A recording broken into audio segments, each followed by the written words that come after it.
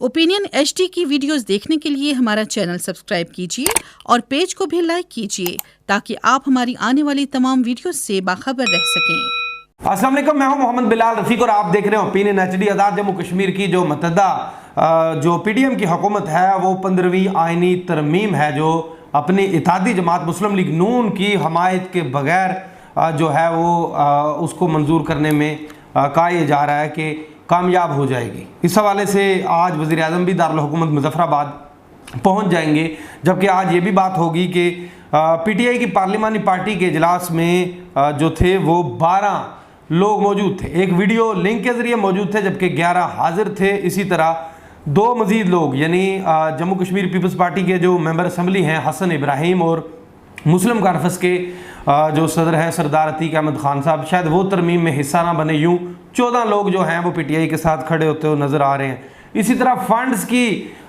जो वफाक की तरफ से फंड्स की इजरायगी है वो जो अनवार सरकार है इसके लिए बड़ी बेहतर साबित होती हुई नज़र आ रही है, चूँकि बड़ा शोर था, बड़ा मसला था स्टेट के अंदर। जो डेवलपमेंट के प्रोजेक्ट्स थे वो थमे हुए थे, रुके हुए थे। इस पे आज इन तमाम चीज़ों पे गुफ्तगू करने के लिए हमारे साथ मौजूद हैं सीनियर सहाफ़ी मुर्तज़ा दुरानी साहब। इनसे गुफ्तगू का आगाज़ करते हैं। दुरानी साहब, अनवारुल हक हुकूमत के जो टारगेट्स थे वो ये थे कि सबसे पहले काबीना को मुकम्मल करना था, उसके बाद स्पीकर का इंतखाब होना था, सदारती मुआवजा होना था।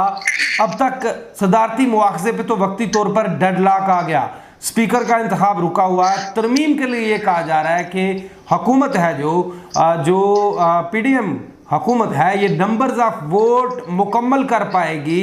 आप क्या समझते हैं कि ऐसा, चूँकि आपने कुछ दिन पहले भी कहा था कि ये तरमीम कर जाएंगे मुस्लिम लीग नून की हमायत के बगैर, अब ये इत्तेहादी जमात है, इसके बगैर आप क्या देखते हैं? मुझे इस पर क्विकली ज़रा इस पर अपना कमेंट कीजिएगा। बहुत शुक्रिया बिलाल साहब। असल में हुकूमत के साथ जो है वो PTI के लोग शामिल हैं। आपको पता है PTI की पार्लिमानी पार्टी टूट कर जो है वो एक हिस्सा उसका जो है वो हुकूमत का हिस्सा बना है। तो अब आप जिस तरह बता रहे थे कि 11 लोग या 12 लोग PTI के मौजूद हैं जिन्होंने अपने दस्तखतों से अपोजिशन में बैठने का फैसला किया और उन्होंने दस्तखत करके अपोजिशन लीडर के लिए ख्वाजा फारूक साहब को नॉमिनेट कर दिया। अब 12 लोगों ने जो है वो स्पीकर असेंबली के चैम्बर में सेक्रेटरी असेंबली को भी ये रिक्वेजिशन दे दी है कि हमारी तरफ से ख्वाजा फारूक साहब जो है वो अपोजिशन लीडर होंगे PTI की जानब से। अब देखना ये है कि ये जो 12 लोग हैं इनमें से कितने लोग जो है वो हुकूमत को आईनी तरमीम के लिए वोट देते हैं, क्योंकि मेरी इतलात के मुताबिक जो है 4 से 5 लोग जो है वो मजीद हुकूमत का हिस्सा तो नहीं होंगे, लेकिन हुकूमत से मराद याफ्ता तबका जिसको कहा जाता है वो होगा। और वो लोग जो हैं वो इस आईनी तरमीम जो 15वीं आईनी तरमीम है इसमें वज़ीर आज़म का साथ देंगे। वज़ीर आज़म अनवारुल हक साहब जो हैं वो इस वक्त मुकम्मल तौर पर राब्ते में हैं तमाम पार्लियामेंटेरियंस के साथ। तो मुझे लग रहा है कि वो अपनी नंबर गेम पूरी करने में कामयाब हो जाएंगे और 36 से ऊपर जो है उनको वोट मिलने की तवक्को है इस वक्त तक। तो अगर ये आईनी तरमीम अगले 2 रोज में जो असेंबली इजलास हो रहा है, ये कहा जा रहा है कि बुध के रोज असेंबली इजलास होगा और उसमें पहले आईनी तरमीम पेश की जाएगी और उसके बाद जो है स्पीकर आज़ाद कश्मीर असेंबली का इंतखाब होगा। जो लतीफ़ अकबर साहब हमारे कैंडिडेट हैं वो मुंतखब होंगे और उसके बाद फिर डिप्टी स्पीकर का इंतखाब भी आना है अमल में। और इसके साथ ही फिर काबीना जो है वो नई काबीना जो है नई नंबर्स के साथ, आपको पता पहले 16 की तादाद थी, अब उसको बढ़ाकर जो है वो डबल का फिगर में ले जाया जाएगा। तो उम्मीद है कि ये हुकूमत कर जाएगी। अच्छा, हुकूमत कर जाएगी, चले ठीक है। अब जैसे PTI की पार्लिमानी पार्टी का भी तज़किरा हो गया, अब आप क्या समझते हैं? अब देखिए, प्राइम मिनिस्टर ने एक दफ़ा फिर कह दिया था कि रियासती वसाइल पर VIP बनने का कोई शौक नहीं है, बतौर वज़ीर आज़म एक आम आदमी के सामने भी जवाबदेह हूँ। अभी तो देखें, अभी तो चौधरी अनवारुल हक साहब सरकार बनाने में लगे हुए हैं, सरकार मुकम्मल नहीं हुई, सरकार काबीना के बाद मुकम्मल होगी, सरकार के जो माहदे हुए हैं स्पीकर के बाद मुकम्मल होगी। इसी तरह सदारती मुआवजा जो है वो वक्ती तौर पर रुक गया। आप क्या समझते हैं ये जो प्राइम मिनिस्टर का ये मौक़िफ़ है इस पे आगे वो किस तरह से चल सकते हैं, क्योंकि ये बहुत बड़ा पॉइंट है, गवर्नेंस को बेहतर करना। अब देखिए ना, सोशल मीडिया पर ये चीज़ें भी वायरल हो रही हैं कि देखिए सरकारी मुलाजमीन सरकारी गाड़ियों पर वज़ीर आज़म को मुबारकबाद देने जा रहे हैं। ये चीज़ें भी तो रुकनी चाहिए। एक तरफ उनकी बड़ी नेक नामी बढ़ रही है कि वो सरकारी गाड़ियाँ तहवील में ले रहे हैं, जो लोग खिलाफ ज़ाब्ता गाड़ियाँ चला रहे थे सरकारी अफसरान। अब दूसरी तरफ ये चीज़ें भी बड़ी डिस्कस हो रही सोशल मीडिया पे, इस पे क्या कहेंगे? देखें, अभी तो चौधरी अनवारुल हक साहब की हुकूमत को कायम हुए 2 हफ्ते से ज्यादा अरसा नहीं गुजरा, जिसमें से आपको पता है कई दिन जो है छुट्टियों के पीछे सरकारी छुट्टियां थी। तो इस 2 हफ्ते के दौरान उन्होंने काबीना के इजलासों में और मुख्तलिफ इजलासों में बड़े इंतहाई अहम फैसले किए, रियासती अमूर के हवाले से, रियासत में गुड गवर्नेंस के हवाले से।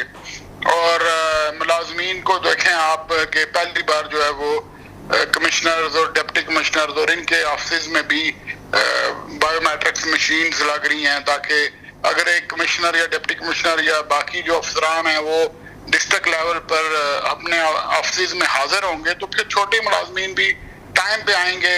इसी तरह गुड गवर्नेंस के लिए यही इकदाम होते हैं। इसी तरह आपने देखा चीफ सेक्रेटरी से लेके तो मिनिस्टर्स और प्राइम मिनिस्टर और फिर जो बाकी सेक्रेटरीज और जो हेड ऑफ डिपार्टमेंट्स हैं उनके पास जो एक्स्ट्रा गाड़ियां थी इंटाइटलमेंट के बगैर थी। आप जाके मुजफ्फराबाद में देखें सरकारी गाड़ियों का ढेर लग चुका है वज़ीर आज़म ऑफिस के बाहर और चीफ सेक्रेटरी ऑफिस के बाहर। इस वक्त पार्किंग की जगह नहीं मिल रही। जो अनऑथराइज गाड़ियां जो हैं वो सरकारी अफसरान के पास, वज़रा के पास और फिर वज़ीर आज़म के पास, चीफ सेक्रेटरी और फाइनेंस सेक्रेटरी आईजी के पास थी।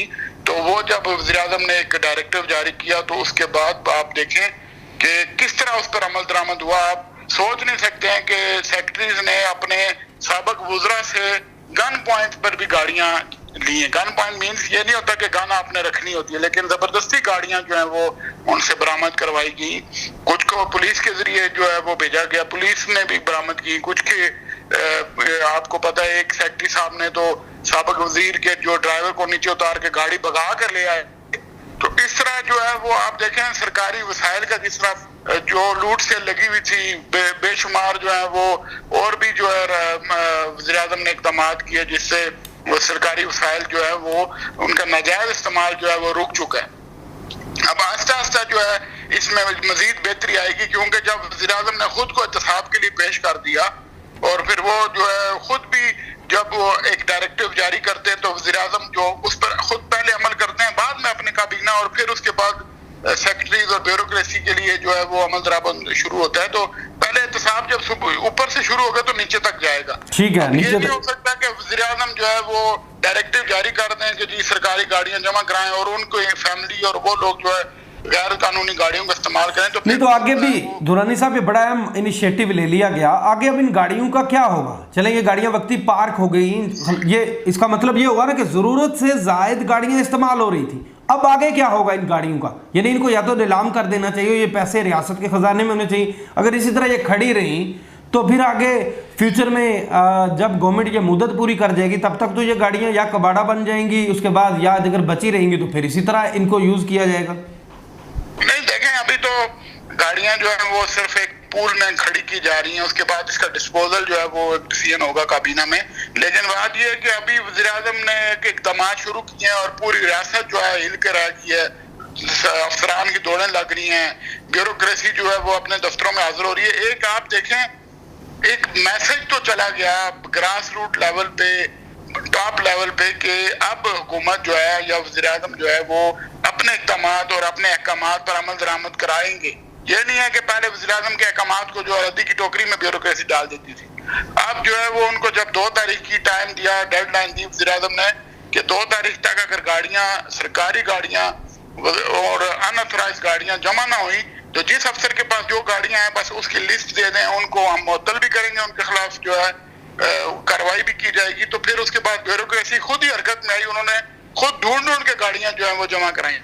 चलें ठीक है, ये गाड़ियों का सब्जेक्ट था। आपको पता है कि इनका इस्तेमाल भी होगा और फिर अगर ये एक्शन होना हो तो गवर्नमेंट वो भी पॉलिसी बनाएगी उस वक्त। दुरानी साहब 10 अरब रुपए के करीब चंद रोज में प्राइम मिनिस्टर की हुकूमत को मजबूत करने के लिए पीडीएम की हुकूमत को वफाक ने फंड्स जारी कर दिए, हालांकि वफाक के हालात अपने भी कुछ अच्छे नहीं हैं। अब आप क्या समझते हैं कि ये जो 10 बिलियन की किस्त है ये कोई आसरा दे सकेगी? आज़ाद कश्मीर के अंदर जो जारिया तरक्याती मंसूबे थे उनको मैं तो नहीं समझता कि ये 10 अरब काफ़ी होंगे, क्योंकि सरदार तनवीर इलियास की सरकार के दौरान 30 बिलियन की ज़रूरत थी जब जारिया मंसूबा जात को शुरू करवाने के लिए, या जो जारी थे उनको बैकअप देने के लिए। अब 10 अरब रुपए से आप क्या समझते हैं फिलहाल मामला शुरू होंगे? नहीं, 10 अरब रुपए तो ये वो 10 अरब रुपए हैं जो पिछले साल से ये जो करंट ईयर फिस्कल ईयर जा रहा है इसका डेफिसिट है। जी हाँ। जो पिछले 4 जो क्वार्टर गुजरे हैं उसमें हुकूमत पाकिस्तान ने टोटल 11 अरब रुपए जारी किए थे, जो 28 अरब बनते थे उसके 11 अरब जारी किए, ठीक है।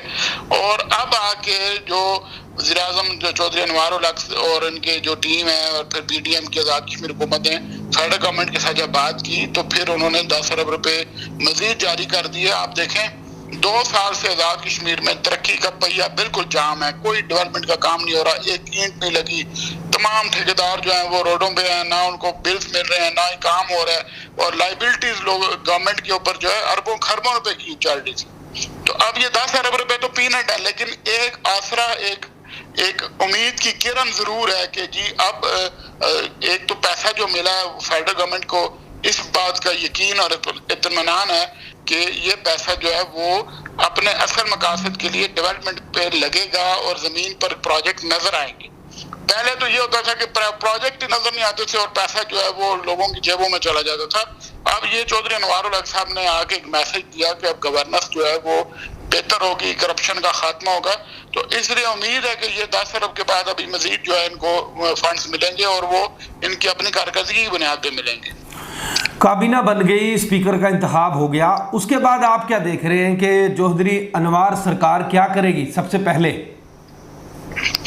देखें, चौधरी अनवार सरकार ने तो अपना एक मैसेज पहले ही दे दिया कि हमने एहतसाबी अमल को बड़ा शदीद किस्म का आज़ाद कश्मीर में लागू करना है, इसका बेरहम एहतसाब करना है लोगों का, और एहतसाब का अमल जो है वो बिल्कुल जो है साफ शफाफ तरीके से होगा, लोगों को विक्टिमाइज नहीं किया जाएगा पॉलिटिकली।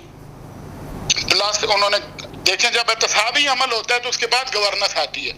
गवर्नेंस लेकिन एक बात और दुरानी साहब, एक बात और बड़ी अच्छी हो गई, ये प्राइम मिनिस्टर ने जो सरकारी तकरीरों पर देखे ना, रियासत बेरोजगारों का ना, चूंकि ना रियासत के अंदर प्राइवेट शोबा मजबूत है, ना ही पब्लिक प्राइवेट शोबा कह लें इसको आप, इसके अलावा बिजनेस की तो कहानी कोई नहीं है।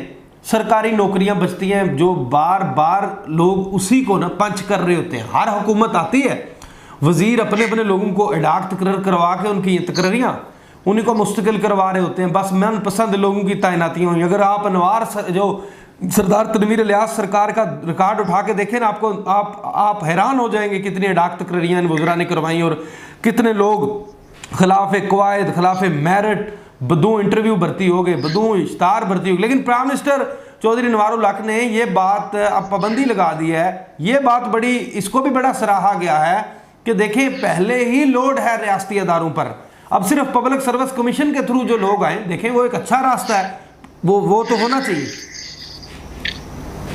देखिए अभी तक जो है ना नॉन डेवलपमेंट का जो आजाद कश्मीर हुकूमत का डेफिसिट आपको पता कितना है? जो खसारा है जी वो 30 अरब रुपए से ऊपर पहुंच गया है।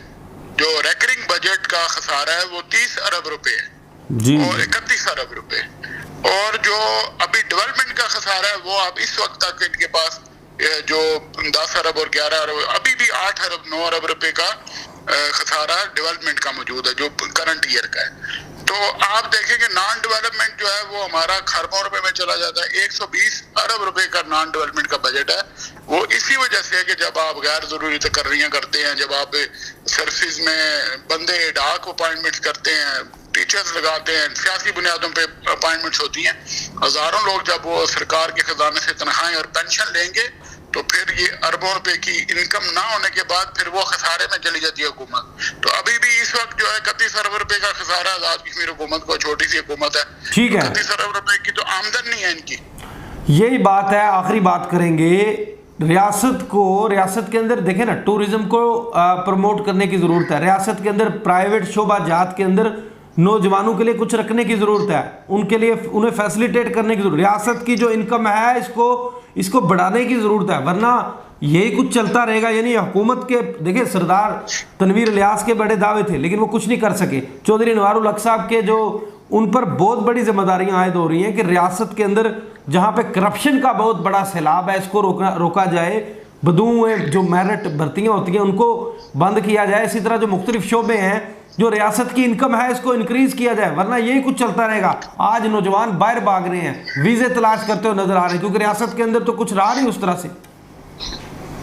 बिल्कुल सही कह रहे हैं आप, लेकिन अब ये है कि इतने सालों की जो खराबी है और इतने सालों की ये करप्शन और इदारे तबाह बर्बाद हो चुके हैं। अब आप ये 2 हफ्ते में तो नहीं है तो चौधरी अनवारुल हक साहब से ठीक करवा सकते हैं। उनके पास भी तो 2-3 साल का अरसा है जो हुकूमत का, आपको पता है। जी मैं भी वही बात कर रहा हूँ उनके लिए जो मैंने मुमकिन, मुझे ये उम्मीद है कि वो एक ऐसी मजबूत बुनियाद रख देंगे, चाहे वो सारा टारगेट अचीव ना कर सकें, लेकिन कम से कम एक मजबूत बुनियाद, एक रोड मैप दे जाएंगे ताकि आने वाली हुकूमतें जो है उस रोड मैप से हट ना सके, उसके ऊपर चलें, लोगों को रोजगार मिले, साफ शफाफ किस्म का जो है वो सिस्टम हो, ताकि फिर आने वाली हमारी जो नस्लें कम से कम उनको आप कोई कुछ ऐसी चीज छोड़ जाएं कि वो मायूस ना हो। आप देखेंगे हमारे यहाँ इतनी मायूसी है, नौजवान पढ़े लिखे नौजवान जो है वो मैट्रिक जो पहले होते थे कि जी मैट्रिक पास जो है वो जाके चपड़ासी या क्लर्क भर्ती होगा, अब मास्टर्स डिग्री जो है वो चपड़ासी और क्लर्क की जॉब ढूंढ रहे होते हैं। आपको पता है एक जॉब जब आप अनाउंस करते हैं, हजारों नौजवान वहाँ पे अप्लाई करते हैं, तो बेरोजगारी का तो ये आलम है आजाद कश्मीर में। और फिर आपको पता है हमारे नौजवान जो है पाकिस्तान में आके इधर के होटलों में जो है ना वो काम कर रहे होते हैं, पढ़े लिखे नौजवानों की हालत है। तो रियासत का ये काम है, रियासत की हुकूमत की जिम्मेदारी है कि वो उनको रोजगार फराम करे, उनके लिए ऐसे मौके फराम करे, ऐसे इदारे बनाए जिसमें वो लोग जो है हमारे नौजवान जो है वो उनको जॉब्स मिले। तो इसलिए मुझे उम्मीद है कि चौधरी अनवार साहब कुछ ऐसा सिस्टम जरूर डेवलप कर देंगे जो आने वाली हुकूमतें जो है उसको फॉलो करेंगी। बहुत बहुत शुक्रिया मुर्तजा दुरानी साहब। जी ये थे मुर्तजा दुरानी साहब, आज इनकी गुफ्तगू भी आपने सुनी। जो वज़ीर आज़म हैं चौधरी अनवारुल हक साहब, इनसे बड़ी तवक्कुआत वाबस्ता है लोगों को। रियासत के बच्चे पाकिस्तान के मुख्तलिफ शहरों में होटल्स पर काम करने पर मजबूर हैं, वीज़ों की तलाश में मारे फिरते हुए नज़र आ रहे हैं। क्वालिफाइड बच्चे, इनके लिए रियासत के अंदर रोज़गार के मौके पैदा करना मैं समझता हूँ कि मौजूदा हुकूमत के लिए किसी बड़े चैलेंज से कम नहीं। इसी के साथ नए वीडियो लाग तक के लिए दीजिए इजाज़त। अल्लाह हाफिज़।